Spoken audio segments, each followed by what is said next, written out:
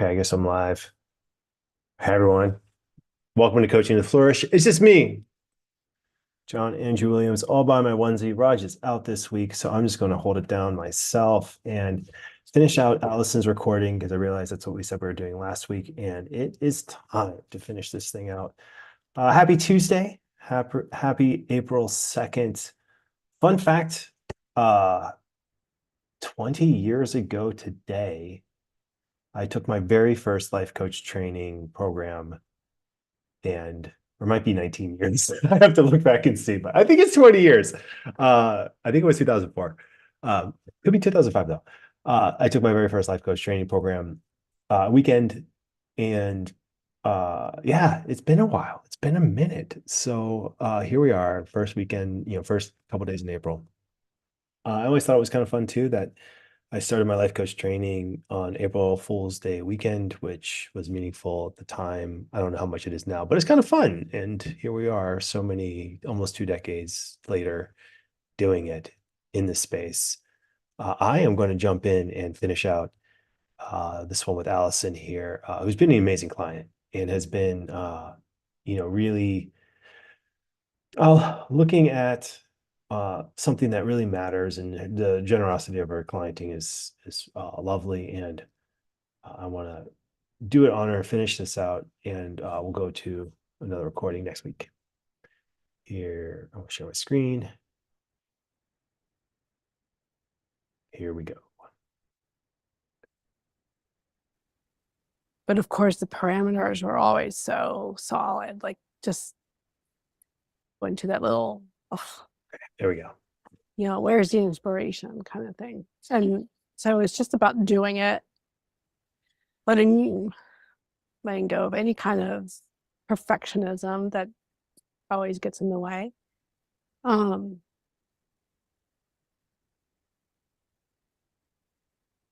Being and doing to the best of my ability.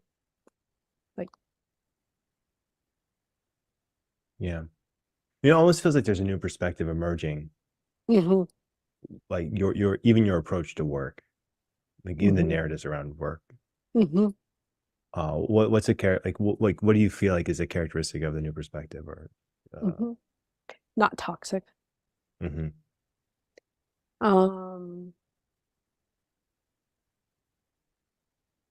mean, you were in education in the past, in the distant past, right?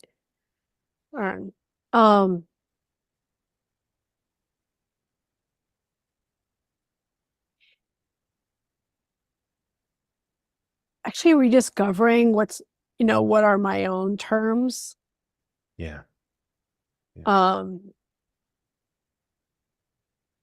So doing and being, learning things that are completely new and out of character for myself, and that's good. Like I want that.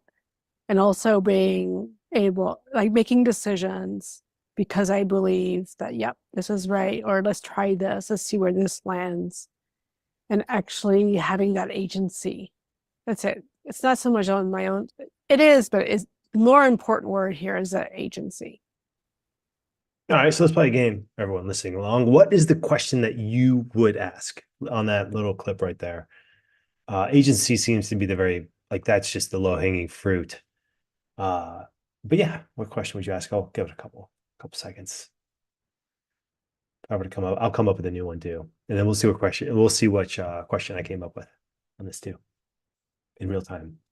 And I know we're jumping in mid-session, midstream, all those kinds of things, but here we are. Happy Tuesday, everyone.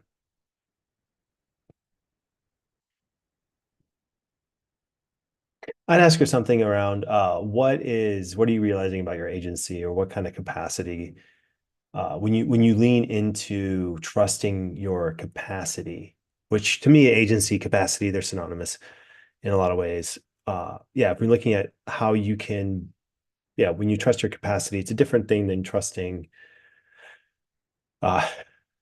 the results, or trusting in you're doing. It's your capacity also includes learning, it includes being, it includes different perspectives.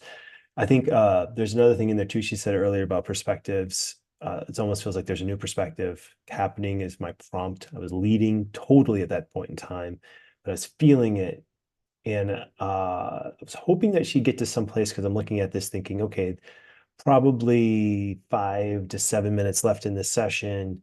I need to get her to a place where we can start to define this perspective. Once we define the perspective, then we can move into action steps. I feel like the discussion at this point so far has been pretty solid. She's been, it was a little nebulous. We made it real. She's processing. You can feel value being created. And at this point, I feel like pieces are coming together. I could see mine going for a naming of it now, or asking more capacity. Let's see where I go with and see where she takes it. That's it. Right. Because I've not felt, I mean, I haven't had that got really interrupted. Yeah, for sure. Um, and so Or I don't ask anything and I just let her keep talking. So we'll play again with what question would you ask now when she's really, really finished? And we'll see what happens. and when I loved so much of what I did in education. But of course the parameters were always so solid, like just um and the mindset that you develop, it is unhealthy. And so this is about redesigning the mindset and acting in a world with a different mindset. Mhm. Um, and so to not be afraid to do, even if it's a dead end, because really Right. there's always something to be learned. So Right. Okay, now play what question would you ask? We'll play that game again. What question would you ask right here? Give me a minute. 30 seconds.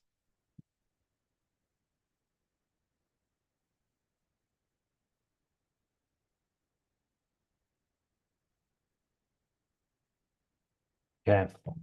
Write your questions, comments, let us know. For me, I think I'd go, what's interesting to me, where my mind goes on this is, okay, she's talking about mindsets, a different mindset. Like in education, a lot of times grades prompt a fixed mindset, meaning that you're going to get graded, you're going to get judged. People are, literally going to mark all the things you got right and wrong and show you. And when they show you, there's nothing you can do to change the grade you got. Even if your understanding has eclipsed the grade, it doesn't matter. You still got that grade at that point in time. And so the idea is that if you do that, you would prompt you prompt the student to study harder, study better for next time so that they can get that grade and get that stamp of approval when it happens in real time. However, it's using feedback as judgment. And when feedback is used as judgment, you're automatically putting people into a fixed mindset, meaning that they're judging their progress. They're judging their how well they tried. Uh, and that's somehow a judgment on their ability, their fixed ability to do the thing in the future. So it's almost like you're forcing someone to link the quality of who they are as a person to uh, their performance. That's a really tough mindset. And when I was working with students, I feel like a lot of my work as an academic life coach was to help students understand that this is what the system is pushing you. This is what the system is prompting you to do. But if you are empowered to know that the system is prompting you to do this, then you can interact in the system from an empowered standpoint. And you know, okay, if the system is giving me this, the system is pushing me this way, I can empower myself to know what's happening and to even rise above the system. And if I had a choice as an educator to either change the system or to empower students to work in an imperfect system, I would choose to empower students. And a lot of times the students I was working with, once they understood this, once they understood, oh, okay, this is why I feel the way I feel when I get graded, and this is what I can do about it. Then when they're in the future, when they're going off into whatever situation they're in the same situation, because these situations do come up. they have an internal system to how to deal with it. What you see, what I'm hearing on a couple different levels, what Allison is dealing with, and she even refers to me in real time, in real session, which as a coach, I can almost just brush it away. I'm like, I'm not here. I'm listening totally empathetically over there with you. I'm not even me right now. I am Allison at this point. I am in, and so that self-reference, when she makes a reference to me, you can see my face. I almost try to brush it away with my face. Like, I just brush away. So I'm over there with Allison, feeling all this, feeling the theory of what she's talking about. And I'm right there. And what she's talking about is feeling like as someone who is and doing entrepreneurship, as someone who has a dream and she's going after that dream. And she's dreaming and she's doing. She's stepping into that dreaming and doing space. That space requires a different perspective. It requires a perspective of when you get the grade back from the teacher, say, okay, cool, thank you. This is lovely. I'm going to take the test again. Give me the test again. I'm going to take it right here, serve it up, and then, do it again. This is the perspective it takes to establish a successful life coaching practice or business. It's okay. I need to get clients. I needed to build a website. I need to do the marketing activities. I need to do the sales activities. I need to make sure that when I'm coaching, I'm 100% there with my clients and doing the things I need to do. Excellent. Those are things that need to happen. If you don't do them awesome the first time, that's okay. You can rinse and repeat. And the focus is on the rinse and repeat, not on trying to get it done perfectly the first time. It's impossible to get it done perfectly the first time.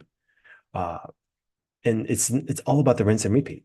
And so what Alice, you can almost feel her wrestling with this in real time in this session. And she's doing beautifully at it. And we'll see where I take it. So all of that's happening beneath the surface. The question I would ask is, what is the primary characteristic of what you need to step into? That's what I'd go with my question. We'll see what I asked back when I was sitting in the coach seat. I mean, it seems to me that the writing is a litmus test for, it's like an outward expression of the internal systems working.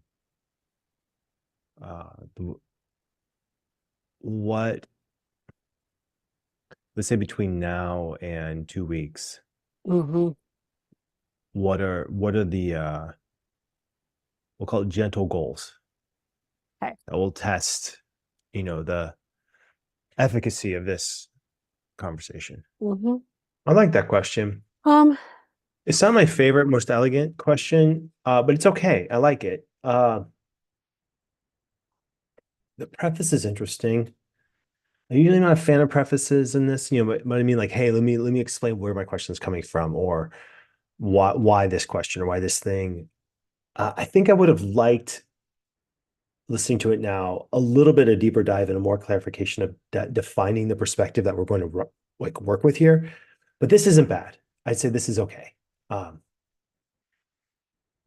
I were to grade it, I'd give it like a B+ in this one. But it's still pretty good. Not bad. See how she takes it. I'm just going to take the writing as an example, as a way for me to think about it. Yeah. Yep.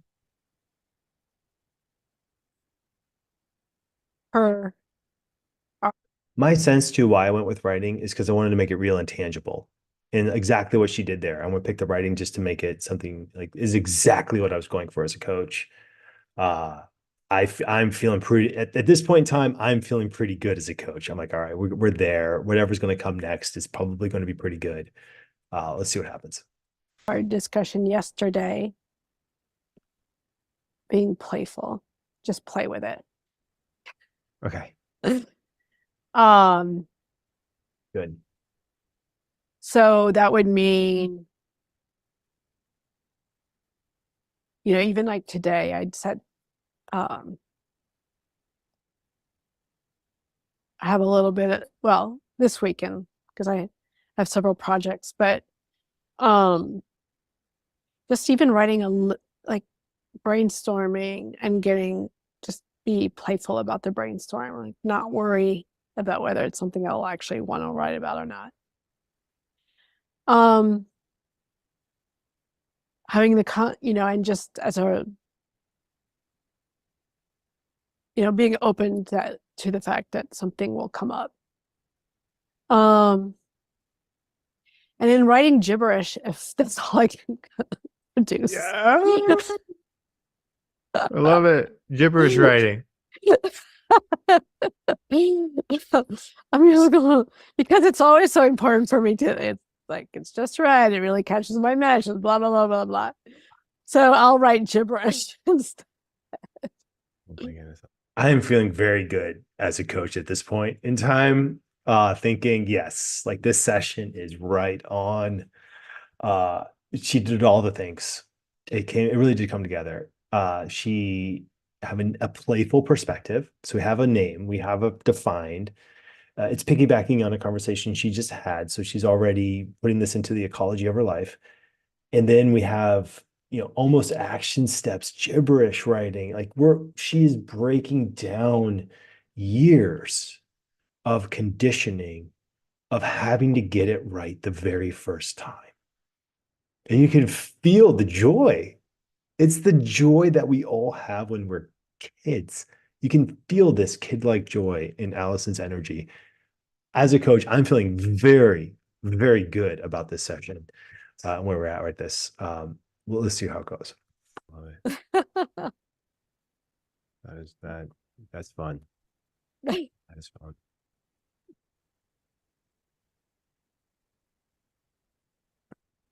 Anything else to wrap this up? Look at that. Oh, I like it. I like it a lot. That is I'm feeling confident. I think I know we got the thing. I know she knows where to go next. I don't want to push it in any one direction too far. I like this question. Anything else? I'm trying to wrap it up within, I know we're over time by a minute. We're 31 minutes into this. I'm trying to keep them to 30. We'll see what happens. I'm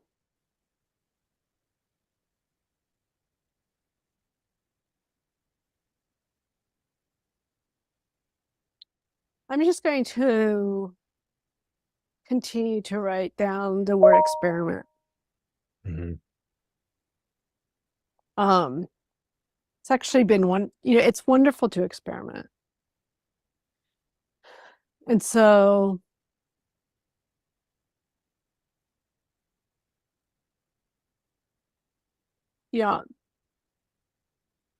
I'm just writing something down for myself, like just experiment with something new or whatever, or something familiar that,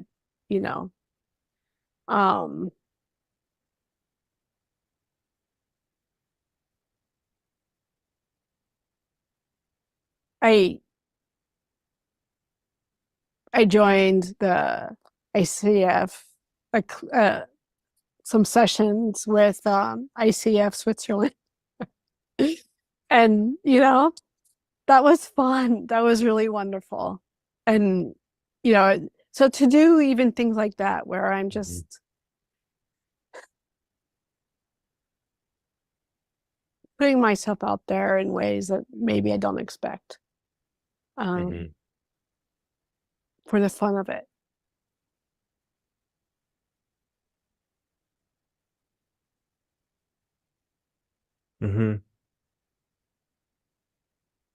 Yeah, where the playfulness becomes part of the, almost like a permission for playfulness becomes part of the purpose. Like Right. It's like, yeah, like Right. An essential part of the new narrative. Right. Why, as a coach, it's good. It feels good to nail it like that. Have clients feel seen and heard at this point. So I have two boys. Usually read them to bed at night, and the nightcap is usually a textbook type book, like one of those a science picture book, puts them to sleep. We'll go through different topics. It was astronomy for a bit, then we went to plants, and then went to trees. And lately I have this book that talks about all of the biggest scientific discoveries since the beginning of time to the present day, and it gives some context what happened before, what happened later. It puts them to sleep. It's amazing. And so one I read recently was about Francis Bacon. So Francis Bacon was he was in 1620. He put out a book, or I think I don't know, was a book, maybe it was a thesis or something like this, but he breaks down basically the scientific method. And the scientific method is broken down into three different things, where first you come up with an observation, and then you come up with a theory for that observation, and then you test your theory for the observation. This is around the time that microscopes are being developed, and all of a sudden you have the ability to see things smaller than you could ever see them before. And so you have this whole new world, like literally whole new worlds are opening up because you're looking at a droplet of water, which you think is just water. And then you realize there are all these little squiggly things in there. And oh my goodness, what are they? So it's ushering in the scientific revolution. This is 1620. Before that, in the Western world, you're looking at things like Aristotle, where the idea is if you have enough smart people debating about something for a long enough time, then you will eventually arrive at the truth through discussion, through argument, through deduction, these kinds of things. And Aristotle is a genius and a towering figure in Western thought. But you look at what Francis Bacon did about the idea of experimenting. So much of what we do as humans, even now, is still in that space of let me try to figure it out before I even try something.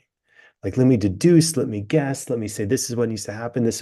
It's from a business standpoint, it's like poof, you let it all go. And you just go for, you know what? Here's my observation.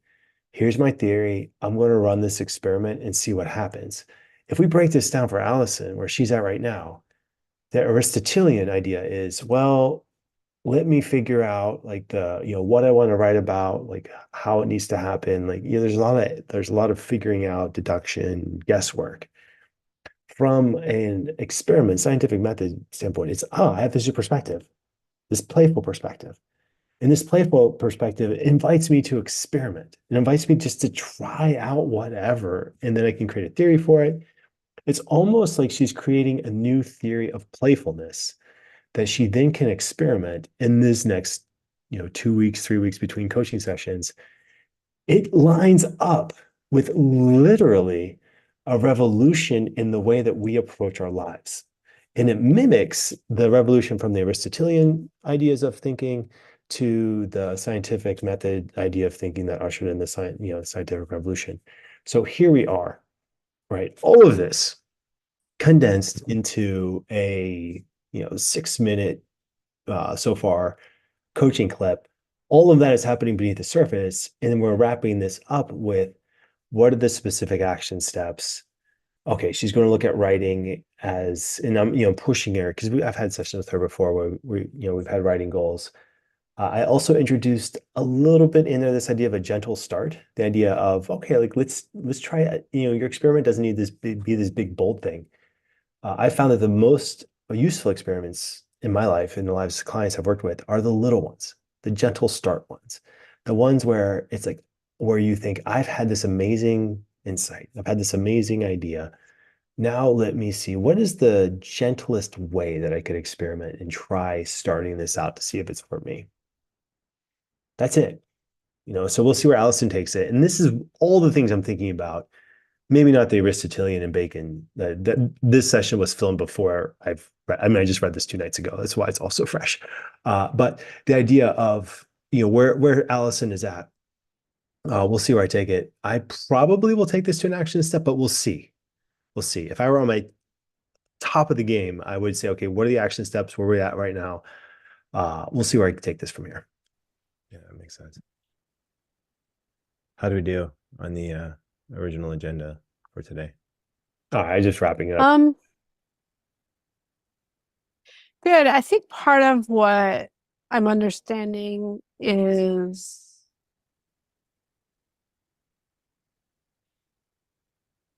or acknowledging really is how far I've come. Mm-hmm.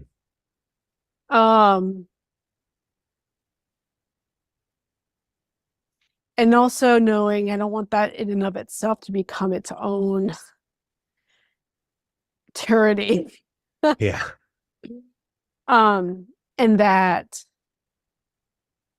playfulness is part of the next step. I really don't yet know what that next step is, other than combining sort of the doing and the being. But somehow playfulness is also an important part of it. Right. And so that gives me a framework to think about. Mm-hmm.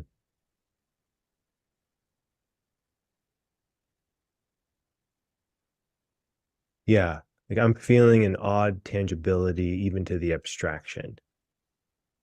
That makes sense. Yep. And usually I don't. So it's surprising. It's surprising. It's surprising to feel something. Oh, wow, that's an interesting.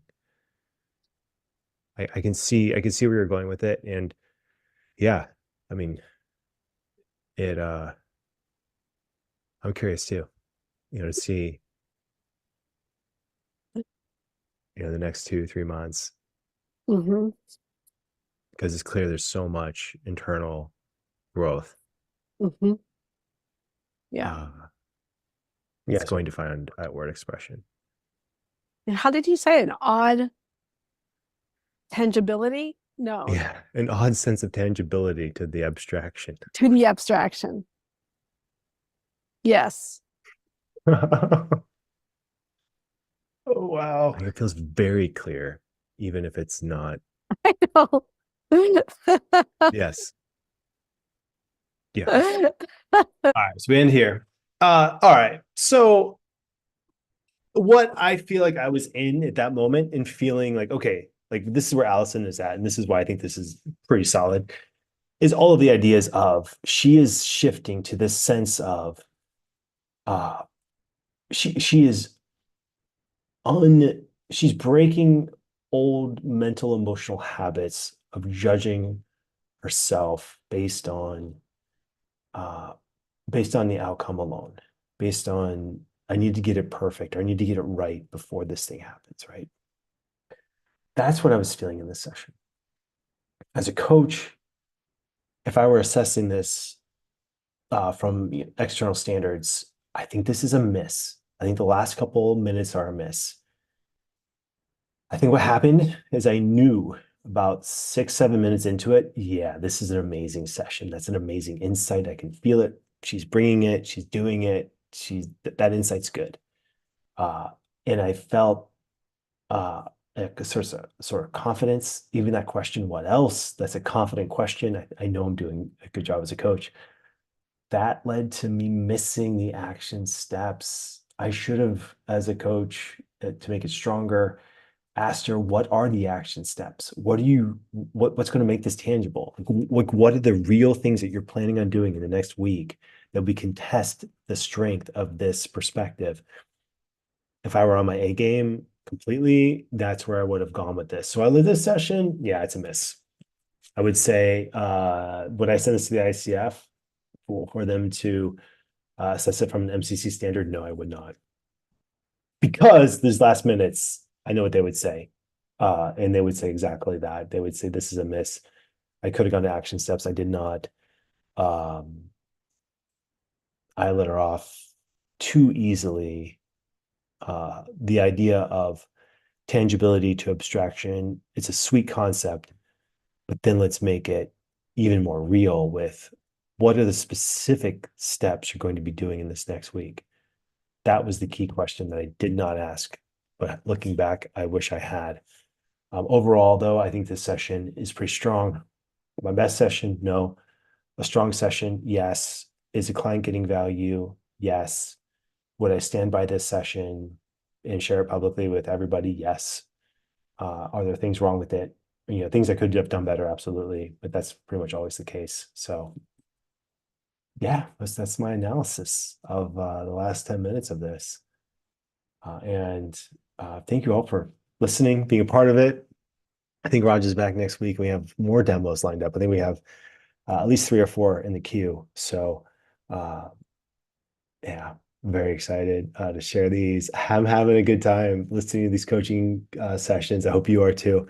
And I will see you next week. Bye, everyone.